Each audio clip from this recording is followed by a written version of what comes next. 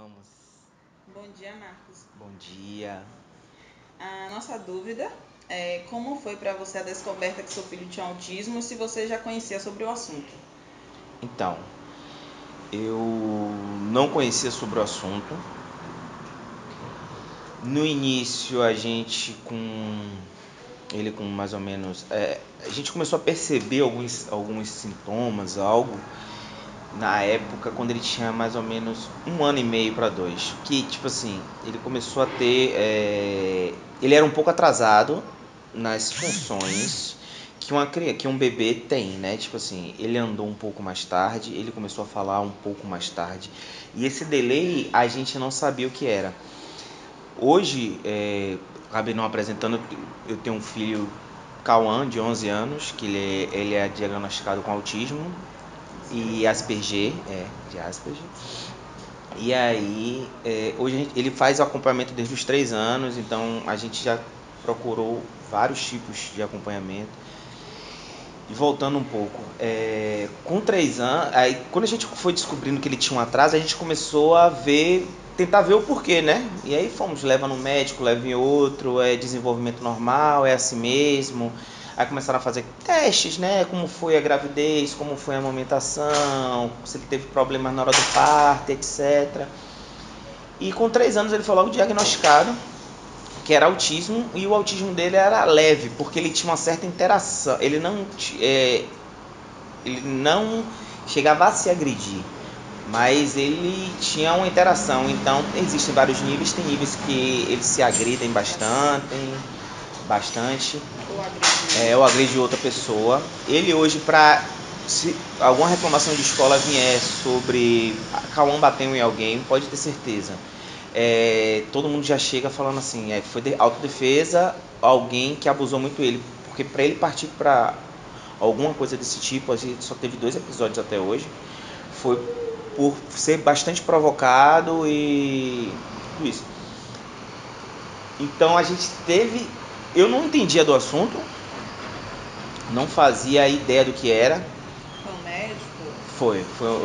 Foi a médica, na época foi no Centro de Desenvolvimento Humano, fica ali na Cidade de Jardim, aqui em Salvador. E aí a gente começou a fazer uns tratamentos lá com fonoaudióloga, terapia ocupacional.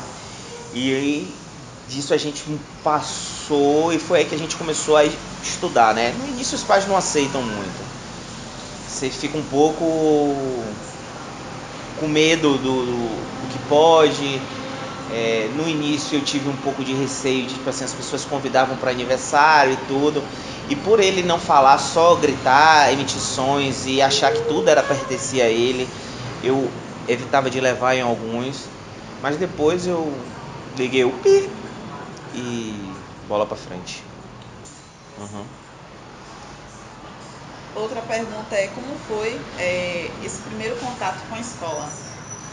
O primeiro contato com a escola dele, ele estudou, a primeira escola dele foi aqui na Barra, na época que eu morava na Federação, minha mãe morava com meus pais aqui na Barra, tinha uma escola pequena chamada Panteão, na qual eles tinham um aluno autista, só que era um grau mais elevado do que Cauã, e ele até hoje é apaixonado por essa escola. A escola teve bastante aceitação e paciência com ele, tanto era que eram 2 professoras por sala, e ele teve um grande desenvolvimento nessa escola. Quando saiu dela, foi uma época que ele teve um pouco de problema, foi quando foi morar fora, que aí teve a distância. Ele foi estudar numa outra escola, na qual eu não me lembro o nome, mas era particular. E aí uma das professoras batia nele escondida. Aí foi descoberto, tirou dele, e daí ele foi para uma escola chamada Via Magia. Quando ele foi para essa escola, ele começou a ter um certo desenvolvimento. Só que eu sempre bati muito numa tecla de como a gente veio, tipo assim, eu nasci da Cidade Baixa, favela, essas coisas, sempre gosto de comunidade, dessas coisas. Então eu sempre quis bater muito nessa tecla de colocar ele numa escola pública, porque eu achava que a galera muito. Eu estudei em escola pública e já estudei em escola particular. E a galera de escola pública é muito mais braço aberto do que realmente a galera de escola particular é um pouco difícil de se lidar. São um pouco individualistas, umas brincadeiras que acabam gerando, né? E a gente sentiu o desenvolvimento dele na escola particular, e aí, com o tempo, foi trocado de professor a ele. Quando ele teve essa troca, a gente sentiu que ele deu uma estacionada. E aí corremos atrás de falar, não, vamos colocar ele na escola pública mesmo. A gente conseguiu a escola Santa Terezinha, aqui do Xamixano. Alguém indicou vocês? Não, a gente foi procurar uma escola na Redondeza. E a gente queria a escola menor para ele. Só tinha aqui na Ondina. Como a daqui de Santa Terezinha era mais próxima e é do lado de uma igreja, tipo assim, eles têm um projeto legal lá. A gente conheceu a escola e levou, e ele se apaixonou pela escola. Os alunos se apaixonaram por ele. E tipo, ele não tem, a prefeitura ainda não conseguiu liberar um assistente para ter na sala. Então é só a professora mesmo. Mas ele faz todas as atividades. Ele é totalmente, como vou dizer assim, acompanha. Ele acompanha a sala. No ritmo dele, mas consegue no ritmo, se você chegar para ele e pedir para ele fazer as atividades, faça esse dever. Ele vai lá, faz, e depois ele quer terminar logo só para brincar. Então, tipo assim, ele consegue fazer as coisas, mas ele consegue fazer as coisas, mas sempre no ritmo dele. Você acha que ele sofreu algum preconceito nessas escolas? Então, na parte da particular ele sofreu, mas isso é da idade das crianças, eu até compreendo, porque eu também fui criança. Então, tipo assim, enquanto as crianças não tinham noção do conhecimento, amadurecimento do corpo mesmo,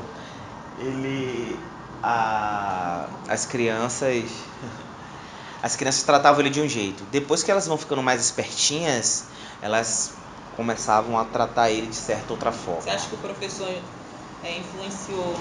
Então, os professores, tinha uma época que a gente tirou mesmo em particular, porque a gente percebeu que o professor que acompanhava mais ele, pegava ele e tirava ele da sala para fazer outras atividades na escola, que era para fazer, e ele fazia muito poucas atividades em grupo.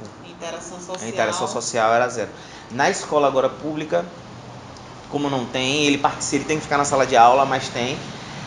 Nesse último ano dele, na verdade, depois esse segundo semestre desse ano, que a gente tá tendo algum problema com alguns alunos, mas são alunos que também estão começando a ter contato com alunos de uma escola que está em cima de João das Botas, que é uma escola um pouco problemática, que a galera que é mais adolescente. E aí esses alunos que estão tendo contato, estão começando, que eram alunos que defendiam ele e abraçavam, não estão tendo mais contatos, e estão, tipo assim, se afastando, até às vezes bullying, mas não chega a ser um bullying, não chega a perturbar ele. Mas não tratam mais. E a própria. Uma rejeição.